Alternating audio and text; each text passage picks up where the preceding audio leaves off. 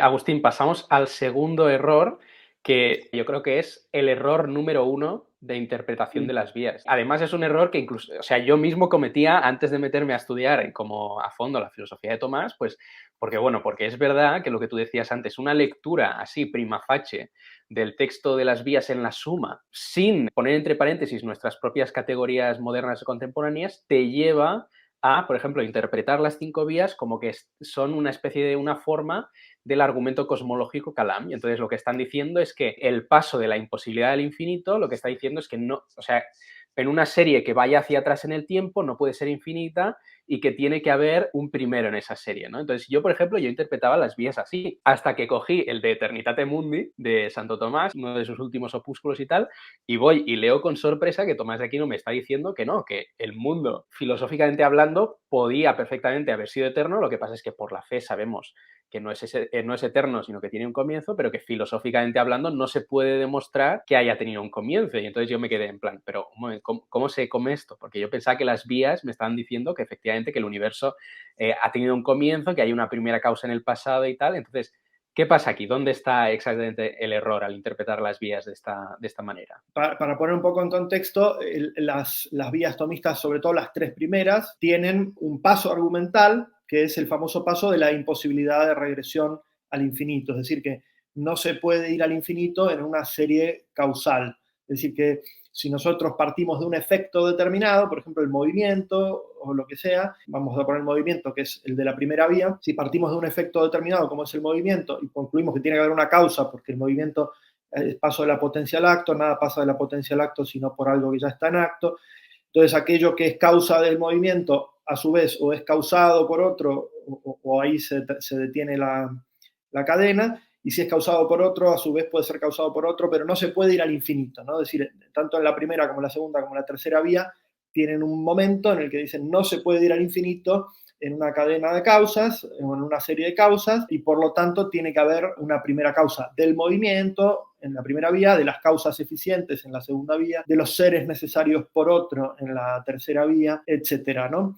Entonces, aquí efectivamente, si uno lo lee sin tener absolutamente ninguna idea de los conceptos fundamentales de la metafísica de Santo Tomás, puede interpretar que se está hablando de una serie causal que se extiende en el pasado y que no podría tener un pasado infinito, ¿no? Es decir, que las series causales se pueden remontar en el pasado hasta un punto determinado, pero que no pueden ir infinitamente hacia el pasado. Y sin embargo, como bien tú dices, efectivamente, en su opúsculo sobre la eternidad del mundo, Santo Tomás lo que viene a explicar o lo que nos viene a decir es que eso es perfectamente posible, es decir, es perfectamente posible que el mundo hubiese tenido un pasado infinito. Y de hecho, filosóficamente no podemos concluir nada contrario a eso, aunque según la fe, dice Santo Tomás, nosotros sabemos que el universo ha tenido un comienzo temporal porque la Biblia, la revelación, dice en el comienzo Dios creó el mundo, etc., ¿no? Entonces, que ahí hay un comienzo temporal del universo, pero que conceptualmente hablando, filosóficamente hablando, metafísicamente hablando, no hubiera sido imposible que el pasado fuese infinito, es decir, que la serie de causas anteriores en el pasado a los estados actuales del mundo, o el estado actual del mundo, hubiera sido infinita.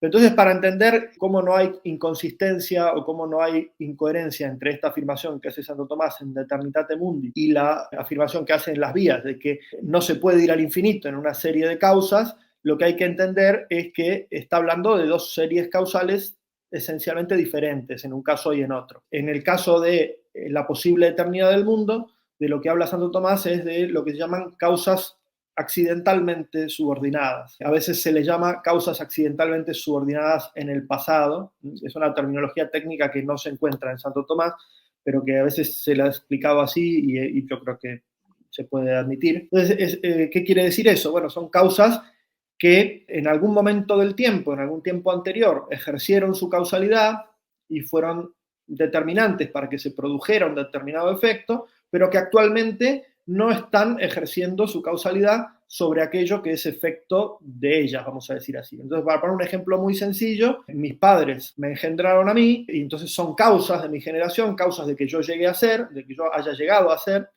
y sin embargo en este momento no me están engendrando, ni me están concibiendo, ni nada por el estilo. Y lo mismo pasa con mis abuelos engendraron a mis padres, pero ahora todos mis abuelos están muertos y mis padres siguen vivos, y por lo tanto ejercieron su causalidad en el pasado, pero no la están ejerciendo en el presente, es decir, actualmente no ejercen su causalidad.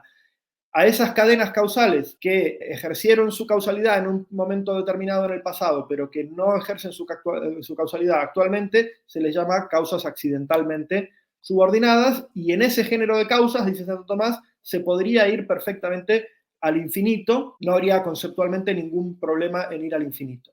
Pero, dice Santo Tomás, hay otro género de causas, que son lo que se llama causas per se, él las llama causas per se, otros autores las llaman causas esencialmente subordinadas, que son las causas que para ejercer su causalidad tienen que estar al mismo tiempo recibiendo su causalidad de otro. Es decir, que ejercen su causalidad actualmente, en el presente, y que para ejercer su causalidad dependen de otro, es decir, que reciben su causalidad de otro.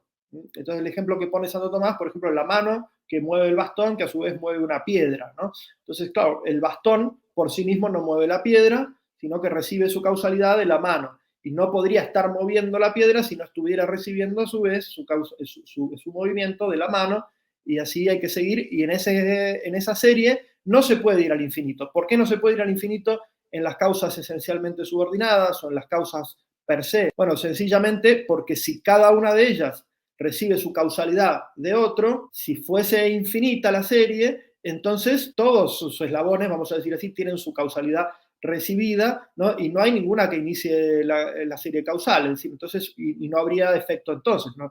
Ninguna de las causas intermedias causaría, y el efecto no se podría producir si no hubiera una causa primera en ese orden. Entonces, para entender esto, lo que hay que entender es que las causas esencialmente subordinadas son lo que Santo Tomás llama causas instrumentales, es decir, son causas que solamente causan en la medida en que reciben su causalidad de otro. Y si todas recibieran de otro, no habría causalidad ni habría efecto. Por lo tanto, tiene que haber necesariamente un primero. Entonces, esto es muy importante porque efectivamente cuando uno ve las explicaciones que se dan a nivel divulgativo o a título divulgativo de las vías tomistas, es muy frecuente, casi lo más frecuente, es decir, a priori uno tiene que esperar que se van a equivocar, ¿no? Es decir, cuando uno dice, salió un nuevo vídeo sobre las 5 vías en YouTube, vamos a verlo, pero a priori lo más probable es que esto no lo entienda, ¿no?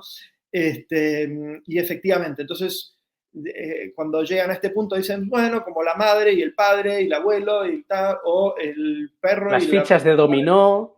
Las fichas de dominó, efectivamente, y cosas por el estilo, ¿no? Y entonces uno cuando se encuentra con esa clase de ejemplos ya se da cuenta de que la persona que está explicando las vías no ha entendido el asunto, ¿no? Es decir, porque esos ejemplos que ponen, ¿no? De la generación, del nacimiento, de uno, de otro, etcétera, etcétera, ya son ejemplos de causas accidentalmente subordinadas. Y al ser causas accidentalmente subordinadas, no habría ningún problema en ir al infinito, y eso Santo Tomás lo reconoce, ¿no? Entonces, si quieres, mira, tengo aquí a mano justo un texto de la Suma Teológica, cuestión 46, artículo 2, ¿no? Respuesta al argumento 7, donde dice, es imposible proceder al infinito en las causas eficientes per se, es decir, que las causas que se requieren per se, es decir, por sí mismas, para producir un efecto, se multiplican al infinito. Por ejemplo, que la piedra fuera movida por el bastón y el bastón por la mano, y así al infinito. Pero sí se puede proceder al infinito en las causas eficientes por accidente. Y da un ejemplo allí donde dice, bueno, por ejemplo, un carpintero está clavando una mesa y puede usar infinitos martillos distintos para clavar el mismo clavo, y no hay ningún problema, porque los martillos respecto de ese clavo son causas accidentales, ¿no? Es decir, están subordinadas, pero accidentalmente. Yo puedo usar un martillo en un momento, otro martillo en otro momento, y podría usar infinitos martillos y no habría ningún problema, ¿no? Con lo cual, yo creo que este es un tema nuclear, conceptualmente nuclear. Si no se entiende esto, no se entiende nada, ¿no? Es decir, básicamente se caricaturizan las vías y bueno, y no, sencillamente no se entiende por qué Santo Tomás postula la imposibilidad de regresión al infinito, ¿no? Sí, sí, es que además es como súper curioso porque es que me pasa completamente lo que tú dices. Cuando leo a alguien o veo un vídeo o lo que sea y llego al paso de la imposibilidad de infinito y veo que me está explicando que Tomás pensaba que, claro, pensad en las fichas de dominó, que tiene que haber alguien que haya movido la primera ficha o que tiene que haber un primer padre y una primera madre, lo que sea, en ese momento sé que lo está interpretando como una serie accidentalmente ordenada. Y lo irónico es que Tomás le diría que no, que perfectamente puede haber una serie infinita de dominós que llevan transmitiéndose el movimiento desde toda la eternidad o una serie infinita de padres e hijos que llevan engendrándose desde toda la eternidad y tal. Porque eso no es lo que está negando, ¿no? Sino que lo que está negando es que pueda no haber primer miembro en una serie per se, como tú decías, ¿no? A mí me gusta mucho, como ejemplo de serie per se, el de la olla, que tú metes agua, metes los macarrones y tal, pero a menos que la pongas al fuego no se va a calentar, ¿no? Entonces el fuego ahí actúa como causa primera respecto del efecto de, pues le transmite el calor a la olla con ese calor que recibe y precisamente porque recibe y porque está recibiendo el calor lo puede transmitir también al agua y el agua lo mismo, porque está recibiendo el calor lo puede también transmitir a los macarrones y tal, ¿no? Yo me acuerdo una vez, pero esto no sé si a lo mejor lo interpreté mal, a lo mejor tú lo tienes en mente, pero yo recuerdo haberle leído a Tomás que incluso, o sea, hipotéticamente hablando, una serie per se podría ser infinita, hipotéticamente hablando, pero que así todo tendría que tener como un primer miembro. ¿Lo tenía apuntado en alguna parte? Mira, También. sí. Comentario de la metafísica 2.3.303. Es irrelevante que haya un número finito o infinito de causas intermedias, pues mientras posean la naturaleza de una causa intermedia, no pueden ser la causa primera del movimiento. Como diciendo que de alguna manera, o sea, incluso hipotéticamente hablando, si hubiera infinitas causas intermedias, aún así tendría que haber una causa primera que estuviera de algún modo fuera de la serie que les estuviera dando la causalidad, porque si no, la causalidad que están exhibiendo como causas segundas o intermedias sería bruta, no tendría sería ininteligible esa Ya. presencia causal, ¿no? Es como si Tomás estuviera diciendo, imaginaos que tuviéramos una serie infinita de ollas Sí. y la última está calentando los macarrones. Entonces Ya. es en plan, es imposible que en esa serie solo haya miembros que de por sí no tienen ningún poder, o sea, que miembros que de por sí no tienen ningún poder para calentar los macarrones estén calentando macarrones, ¿sí? Ya. Por mucho que sean infinitos, Mm. tiene que haber algo externo a la serie que esté transmitiendo ese poder a la serie entera, ¿no? Aunque sean... Entonces yo creo que eso es como... Habría que ver si Santo Tomás, me interesa mucho leer el contexto, habría que ver si Santo Tomás lo plantea como una especie de contraposible Yo creo que es eso, sí, sí, sí. o si lo plantea como, bueno, esto es posible, pero aún así hace falta un primero. Me da Sí, la impresión de que es lo primero, es decir, que lo plantea como una especie de contraposible, es decir, eso no es posible que no haya un primero, pero pero si aún lo si eso fuera, fuese posible, tendría que haber uno afuera, ¿no? exacto. Santo Tomás utiliza mucho esos razonamientos contraposibles. Yo siempre he entendido que él lo decía de esa manera, como por imposible, ¿no? O sea, Sí, no es posible, pero asumiendo que fuera posible, incluso entonces necesitaría un miembro primario porque la cuestión no está o sea, el problema no está en que la serie sea o no infinita, sino en que los miembros segundos, la causalidad que tienen, no es la tienen recibir, por sí mismos, sino que la tienen la recibida. tienen recibida. Entonces, como la tienen recibida, la tienen que estar recibiendo de algún sitio. Si no, sería ininteligible que estuvieran exhibiendo. O Bueno, sea, lo que pasa es que eso lo que quiere decir es que tiene que haber un primero. Con lo cual, exacto, ya, bueno, claro. no sé Sí, qué querría decir que fuera infinita esa serie. ya, ya, ya. Porque, Por eso creo que lo está planteando como en plan, bueno, si alguien se quiere poner farruco y decir que podría ser infinita, claro, incluso sí, si lo aceptamos, como cuando dice, si fuera posible un fuego en sí, sería infinito, ¿no? Y tendría toda la potencia del fuego, o una blancura en sí, etcétera, etcétera. Una blancura subsistente tendría todo el poder de la blancura y ese tipo de cosas.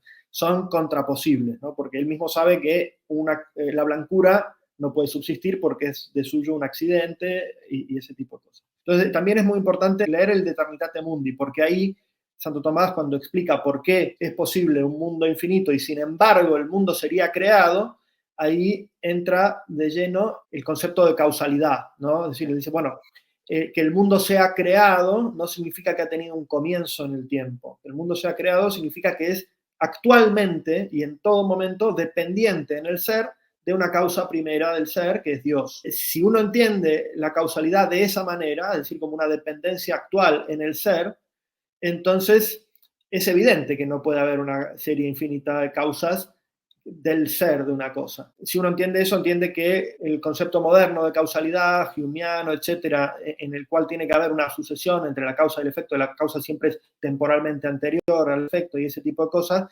no es claramente el concepto de causalidad que tenía Santo Tomás, ¿no? Que es de dependencia en el ser, de dependencia actual en el ser. Eso es importante, o sea, es importante leer más allá de las 5 vías, ¿no? Leer otras cosas que Santo Tomás ha dicho en otros sitios. El problema muchas veces es simplemente ceñirse a lo que dice el texto de las vías y no explorar otros textos, ¿no?